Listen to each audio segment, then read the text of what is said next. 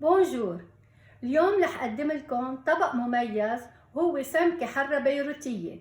هيدا النوع من الطبق كتير صحي ولذيذ، خصوصا بالعزايم والحفلات. منظره كتير حلو وبشهي. وقبل ما نبلش ما تنسوا تشتركوا معي بالقناة وتضغطوا على اللايك. وهلأ لنبلش بتحضير السمكة.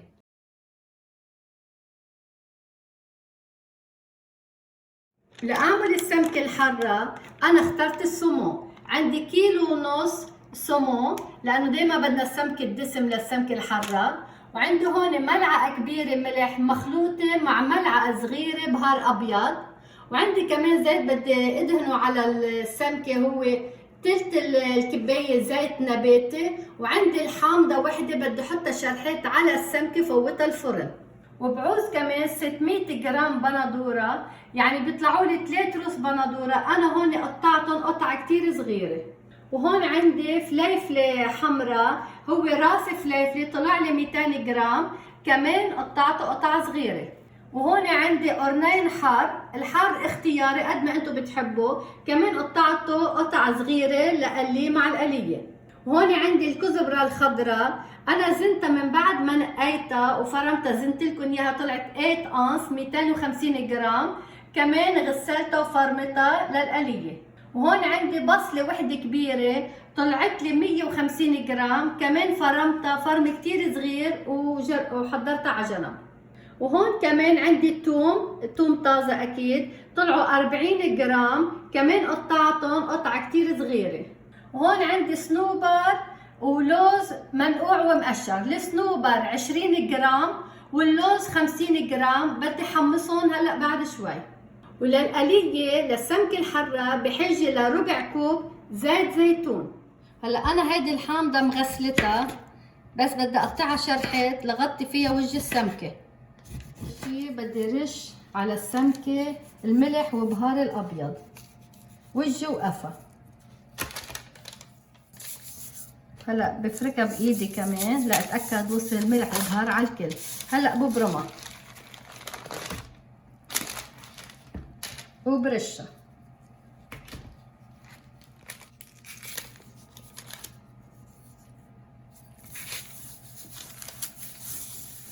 وهلا بدي احط الزيت النباتي عليها.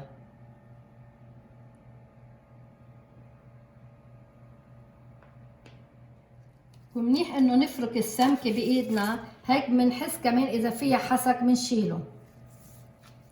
وهلا بدي ادخلها الفرن على حراره 400 فرنهايت، طبعا الفرن حامي مسبقا، ولا 25 دقيقه. وهلا من بعد ما حمي عندي الفرن على حراره 400 فرنهايت على الطبقه الوسط، بدي ادخلها الفرن ل 25 دقيقه. هلا بوقت ما السمكه بالفرن بدي حمص الصنوبر واللوز. اول شيء بسقط الصنوبر، كل واحد بسقطه لوحده من دون ما احط شيء بالتقليه، لا زيت ولا شيء، على نار وسط او اقل من الوسط بدرجه وحده. بحمص الصنوبر واللوز. هلا والسمكه بالفرن وعم حمص الصنوبر واللوز، حطيت الطنجره على حراره الوسط، بدي احط زيت الزيتون لبلش بالقليه. وهلا عندي سخن زيت الزيتون، لازم سقط البصله فوق منه.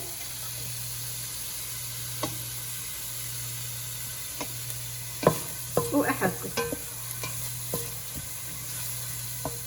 هلا هون الصنوبر اتحمر عندي صار جاهز، لازم رده على الكاسه وخليه لانه هيدا للزينه. وهلا بدي احط اللوز بالتقليه، كمان مش حاطه شيء فيها، بس اللوز على نار خفيفه. هيدا اللوز كمان للزينه، لاخر شيء بدي زين السمكه الحره فيه. وهلا احمرت شوي البصله عندي، بدي سقط الثوم فوق منها.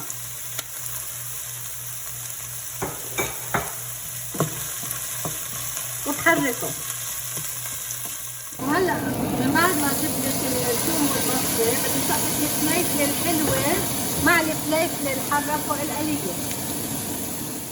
هلا من بعد ما سقطت الفليفله الحمراء الحلوه مع الفليفله الحاره فوق القليه بدي احركهم.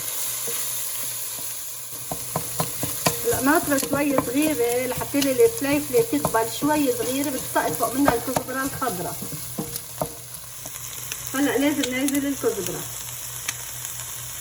انا الكزبره الخضراء كنت فرشتها على محل نظيفه لحتى تسحب منها المي.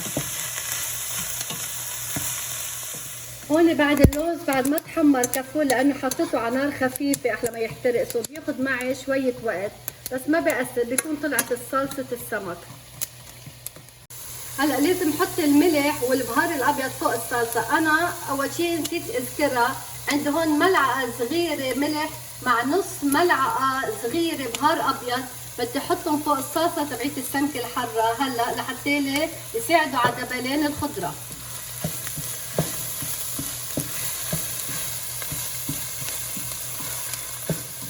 هلا هون من بعد ما دبت عند الخضرات بدي سقط البندوره، هذا اخر مكون للصلصه تبعت السمكه الحاره، اخر شيء البندوره، وبحركهم مع بعضه.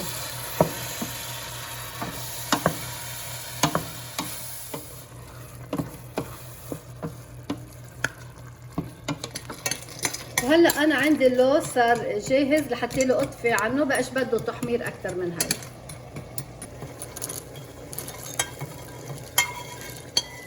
وهلا هون الصلصه تبعت السمكه الحاره صارت جاهزه لاطفي تحتها لانها صارت كلها مستويه. هاي هلا من بعد 25 دقيقه طلعت السمكه، بقاش بدها، لازم شيلها وظبطها.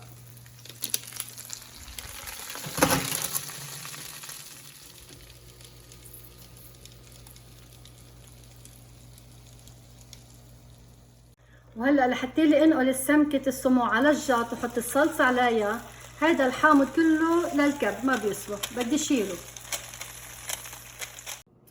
وهون صارت السمكة عندي جاهزة للتقديم، حطيت لها حامض طبيعي، جات قطعت لها بس ديكور، واللي بحب يعصر حامض على السمكة.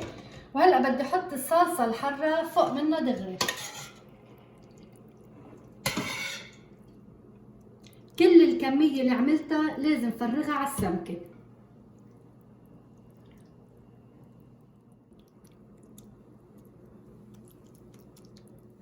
وهلا للديكور بعمل لها نقرة من هون للسمكة على راسها، وبنزل جزع الكزبرة بس بعطيها منظر حياة. الصنوبر يلي حمصته بالتقلية على كل السمكة.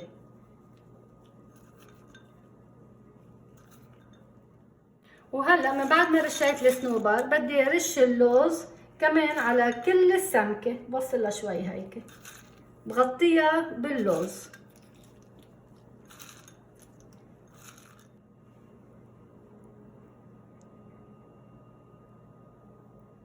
وهيدا كان طبقي لليوم، سمكة حرة بيروتية، وبتمنى يكون نال اعجابكم. ميرسي كتير.